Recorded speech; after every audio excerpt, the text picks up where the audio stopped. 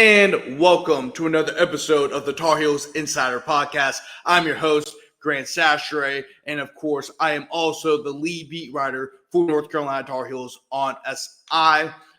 This is another huge week for the Tar Heels. Of course, basketball is a week away from having their first game, which will be next Monday. So we are literally 7 days away from the season officially tipping off. Of course, we already had the preseason game against BYU.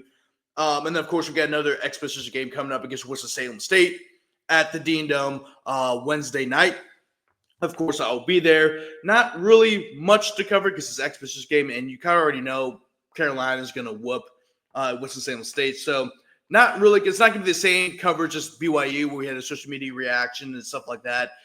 And even a game, it's just going to be straight up a 3 observations because it's more like a glorified scrimmage than anything else. And really just my takeaways from that. So not really going to be too much coverage. We'll get some videos, of course, as well. We're going to get some videos up for that. But it's not going to be the same kind of coverage as it was for BYU because doesn't have the same, not just expectations, but also just interest because, UNC was going up against the number 8 team in the country last Friday. So, and you're going against Winston-Salem State. There's not going to be as much interest in that compared to BYU. But it's still a good thing. It's still going to be good to go see them play against another team and really kind of see some more of Carolina because, maybe you get to see more of Zane High and James Brown. Maybe they get to perform better against them compared to a team like BYU and really just get some more observations, get another look of this team. The more looks, the better, right? Compared to football, which we'll get to in a second, you didn't really get to see much of the team during practice and even the spring game, too. So, getting a lot more access to cover basketball and, get better observation, get a clearer picture of who the Tar Heels are. But anyway, we're not talking about basketball, right? We're going to talk about football. And this is a huge week for North Carolina. Last week, and really you could say the last 2 weeks, they should have won both games, right? This team right now, instead of looking at a 2-5 record, they should be 4-3. But you know what I'm saying? They should be 4-3. Well, not 4-3. Where are they? Because they lost against TCU, they lost against UCF, Clemson. Yeah. This team should be a 4-3 team. Which I wasn't going to believe before the Cal game because they got throttled by Clemson, right? They had gotten throttled by 3 touchdowns or more against all 3 of its Power 4 opponents, right? You go into the bye week after Clemson, and you had all this negative attention, right? Where it's the locker room there was reports about the locker room being divided. You had all kinds of stuff about Michael Lombardi, which a lot of it's true. Probably even more true than all the reports and stuff about the dissent in the locker room, to be honest with you. A coach got suspended was suspended. You had all kinds of stuff going around the program. And then Bill Belichick said, but they're improving. And of course, nobody believed that because we've just seen nothing but bad football from the Tar Heels for the first 5 games of the season. And then the Cal game happens, and the defense looks better. The offense was moving to change a little bit better, but not much. But you can tell there was some improvement. So, okay, we'll believe it a little bit. Let's see how they do against Virginia. Virginia has one of the top offenses in the country. They're rolling. They have a clear path to the playoff, legit, because I think they're going to win out. I think North Carolina was probably their toughest game for the rest of the way. I think they're going to win out. I really do. I think Virginia's going to be in Charlotte for the ACC championship, and I think they will be in the playoff. However, it's going to be tough because right now the SEC looks loaded, and so does the Big Ten. So it'll be really interesting to see them. But right now, I think the ACC is in good shape. Georgia Tech's undefeated with the 8-0 record. They're number 8. Miami's number 10. I don't see Miami losing another game to be honest with you, probably until you could say the ACC championship game. I mean, the rest of their games. I mean, they got SMU this week. That would be their toughest game. But SMU just lost against Wake Forest, so that would be interesting. But Virginia, I mean, Louisville's number 16. They've only lost one game, so they ACC could potentially have 2 or 3 teams in the playoff. But depends on how the SEC looks. It depends on how the Big Ten looks. But yeah, Virginia for the rest of the way. I mean, they got Cal, and I think they should be able to win that. Although it's at Cal, so that should be tough because of the travel. But they got Wake Forest, Duke, and Virginia Tech. I can see Virginia winning all those games. I think the toughest games, the 2 toughest games would be Cal because of the travel, and then Duke. Because Duke, and if Duke doesn't shoot themselves in the foot, they actually look like a really good team. But that's the problem; they've been shooting themselves in the foot. You saw that last week against Georgia Tech. But Virginia, I mean, to be watching that game and how everything transpired. Carolina should have won that game. And really, I think they had a better chance of beating Virginia than they did against Cal the week before. I mean, they sacked Jalen Moore 6 times. Before that game, Virginia had only allowed 5 sacks all year. Virginia also ran for over 200 yards a game. They only ran for 59. I mean, the defense shut them down. The defense right now is 50th in the country, and yet you may be seeing that's average. But last year, they were in the 80s, the 70s and 80s. And then they're also have the 25th best rush defense in the country right now. Last year, around this time, they were in the 80s. So this defense has improved, and a lot of credit needs to go to Steve Belichick, right? I know they look bad against Clemson and TCU, but they seem like they got it together. And really, I've said this before, and I'll say it again, the defense is one of the reasons why they're even competing with Cal and Virginia, and even the UCF game. I mean, the defense kept them in before everything kind of spiraled out of control. So the defense is good enough to win games. The problem has been the offense. But even the offense looked improved last week. Last week they had over 360 yards of offense. That's the most they've had all year. They're running the ball better. The only thing they need to figure out is passing the ball because Gio Lopez, but even Gio Lopez looked improved. He looks healthier. I mean, he had 173 yards of passing in the first half. That's the most he's thrown for all year. And then the second half happened, and Virginia adjusted, and Gio Lopez could complete a deep down the field pass. But then also throughout the whole game. I mean, the first and second drive of the game, North Carolina looked like he was about to score. Kobe Pacer catches the pass over the middle. He runs to the corner. He reaches out the ball at the pylon. It looks like he scored, right? But they marked him down at the 1. And so they went to go review it to see if it was a touchdown.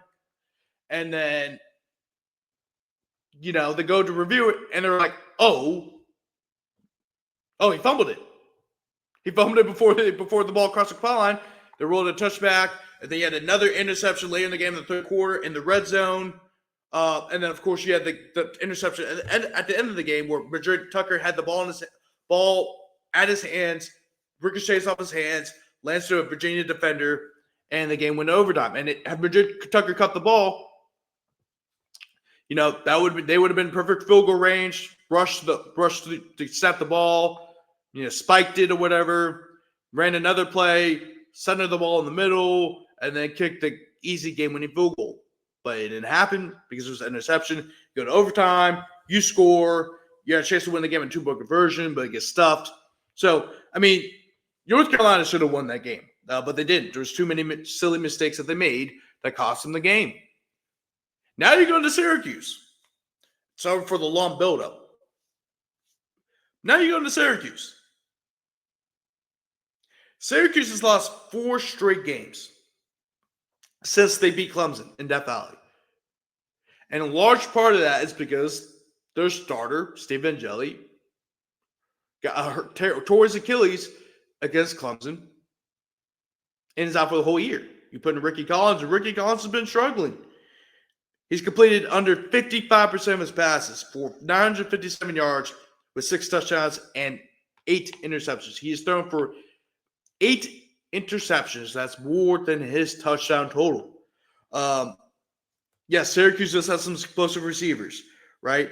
Jonte Cook had 500 yards. Actually, they have 4 receivers that have 300 yards or more. So very explosive receiving corps, just like Virginia. UNC did a good job. And Syracuse defense is not very good either. I mean, Syracuse has allowed 30 points or more in their last 4 games, right? So you have a bad defense that you're going against. So it's an opportunity for UNC's offense to get it going once again. Because even Virginia's defense was kind of suspect. They were in the 90s in pass defense. And it's the same thing with Syracuse. Syracuse has another suspect defense. Syracuse is 122nd in total defense. And in passing yards allowed, Syracuse is 127th. They've allowed 273.9 yards per game. This is a perfect opportunity for Gio Lopez to prove that he's a capable passer, especially when you're going up against one of the worst defenses against the pass in the country. And they're last in the ACC, by the way. They are last in the ACC. Well, actually, no, they're not last. NC State, Stanford, and SMU are also bad at stopping the pass. And guess what? You play Stanford next week. You also play NC State later in the season. Although I don't think they're going to beat NC State, even with their terrible pass defense, because I think NC State's offense is better. But North Carolina's defense hasn't shown they can stop Virginia's offense, so maybe they can do it against NC State. However, this is why it's important, why this game's very important. This is a must-win game for North Carolina. This is the perfect opportunity to get a win. You've had 2 back-to-back close losses. War is literally determined by an inch. Right, Nathan Leacock's fumble, it got poked out right before he was about to cross the goal line. The game against Virginia, Ben Hall catches the pass, and although I think Gio should have thrown it to him a little earlier, and I think Ben Hall may have had a better chance of getting in the end zone, but regardless, we're going off the play that actually had happened. If Ben Hall extends his hand just a little bit further, North Carolina wins the game, and it's an upset for the ages. Well, not upset for the ages, but considering how everything's gone this season, it was a massive upset. The student section probably would have rushed the field. There would have been celebrations on Franklin Street. That's where North Carolina was during the season. Is that they're at the stage in the season. You had dudes in the student section taking off their shirts and waving in around their heads like a helicopter. Shout out PD Pablo, by the way. But you get what I'm saying. Like, they are this close to securing a victory. And if there's any game where they could do it, it's against Syracuse. This is the perfect opportunity for the Tar Heels. Everything's lining up for you. You have had 2 back-to-back losses that were really close. You're improving as a team. The offense is improving. You're blocking a lot better. The offensive line's a lot more consistent, and I think they finally found their offensive line. They finally figured out who their players are, who their receiving core is, who they want to run the ball. Gio Lopez is getting a lot more comfortable because he's healthier. He's been battling injuries all throughout the year, and that stems from his car accident he had literally a few days before the TCU game. So he's been playing hurt for the most part. And you're going up against one of the worst defenses in college football. They're 127th in pass defense. They allowed over 270 yards of passing. This is a perfect opportunity for North Carolina to get it done. This is a perfect opportunity for Freddie Kitchens to right the ship. And everyone's been criticizing Freddie Kitchens, this guy included. Then if you look at the defensive side of the ball, the defense has been phenomenal. They've averaged 270 yards of total offense. That's how much they've allowed. If they had averaged that in the 7 games that they haven't played this season, they would be the 12th best defense in college football. They've fixed their issues with the run defense. Since the TCU, they allowed 240 yards of rushing. Now they've allowed less than 120 in order to have the 25th best defense against the run. They've improved. They just shut down Virginia. Virginia's offense coming in was a top 20, top 25 offense. They've had 8 sacks in the last 2 games. Before the Cal game, I believe they've only had like 5 or 6. Like this team is improving. They're getting closer. They're gaining more confidence. They're hungry. I asked Jordan Shipp about being hungry. Not Jordan Shipp, but the receivers. But I think who I asked, who was it? It was somebody earlier this week. Earlier last week. I asked them about how hungry you guys are for the win. These guys are hungry. You watch any of the press conferences over the past week. Look at what the players are saying. They're hungry. They're still in it to win. Belichick on the sideline seems a little bit more invested than he had since earlier this season. This team is motivated, and a lot of it's also because of the negative attention that the program's gotten and some of the media fodder that they've had to deal with, including this guy. I'm not going to, this guy said a lot of things about this team too. But I've changed my tone because you clearly see this team is improving.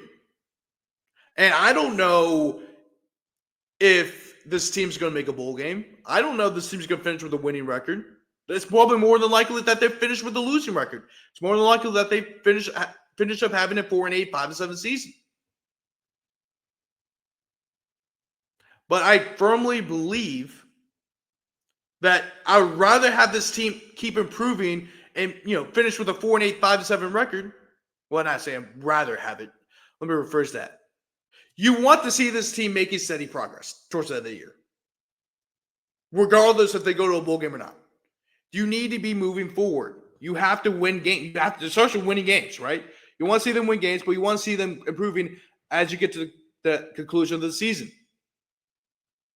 Because you want to have forward momentum going to next season. After this season where you learned more about this team, you learned more about the culture at Carolina's football program. You have an idea. I'm talking about Belichick and Michael Lombardi, and I don't know. That's a guy you want building your team next year, but that's Belichick's guy. But now you have a better idea how the college landscape works. You have a better idea how to evaluate talent at the college level. And I think that this is the perfect opportunity to finish the season strong. And it starts with a team like Syracuse. But if they lose this game against Syracuse, it's not going to look good. This is a very winnable game. These next 2 games are the most winnable games you're going to have in your schedule. And it starts with Syracuse. Everything is lining up for you to win this game. You cannot screw this up because if they lose this game against Syracuse, I don't know if they're going to win another game all year. They could win against Stanford, but dude, I don't know. Because if you can't beat Syracuse, who's playing their backup quarterback and may potentially play their 3rd string quarterback against y'all. If you can't beat those guys, especially with the issues they've had offensively, since the Clemson game, since they beat Clemson and then Stephen Jelly got hurt, they've only averaged 12.5 points per game. Before that, they were scoring 38.2 points a game. Their defense is really bad. Horrendous.